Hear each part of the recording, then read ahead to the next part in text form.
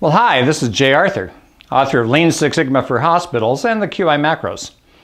Now, over the last probably year and a half, Harvard Business Review has had a number of articles, and each one of those articles is kind of going, hey, you know, Six Sigma takes too long, costs too much, we don't have time for weeks-long training. Now, for the last 20 years, I've only taught a one-day Lean and Six Sigma class because the QI Macros automate so much of that. But I want you to know that the barrage balloon has gone up. This is the cover of the new Harvard Business Review, Agile at Scale, which is all about how you create a truly flexible organization. So Agile is no longer just something that was started up in software in 2001. It's spread out, and it's spreading out into the organization. And I believe that it has to spread out into Six Sigma. If we are unwilling to figure out ways to be better, faster, and cheaper delivering quality improvements, then there's no place for us in the future. And, I think if you look at it, there's this whole movement, something called Industry 4.0, which is about automation and connectivity of things in a manufacturing environment.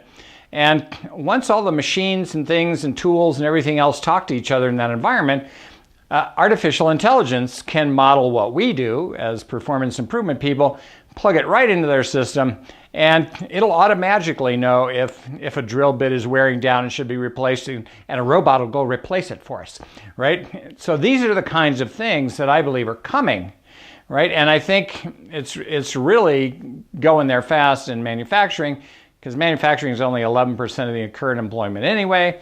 But I also think in service industries, there's still an opportunity to start making rapid improvements, especially in healthcare. Healthcare has tried process improvement, dropped process improvement, tried it, dropped it, tried it, dropped it, tried it, dropped it, because they couldn't get results fast enough. They train people, nothing happens. So I'm going to argue that what we need is a way to go agile, a way to accelerate, to start getting instant results from all of our improvement teams.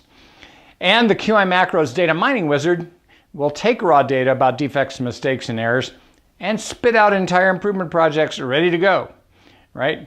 What used to take me days, and sometimes hours, sometimes days, takes me minutes now. So we can actually, that's a form of automation, right? So that's quality 4.0 if you want.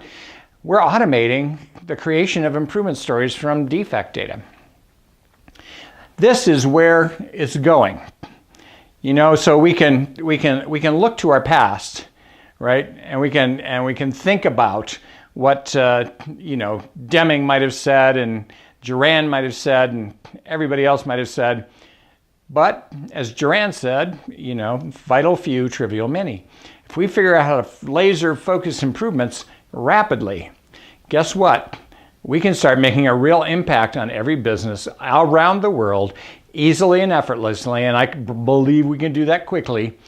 But to do that, we have to abandon all of our thinking about Big Sigma, right?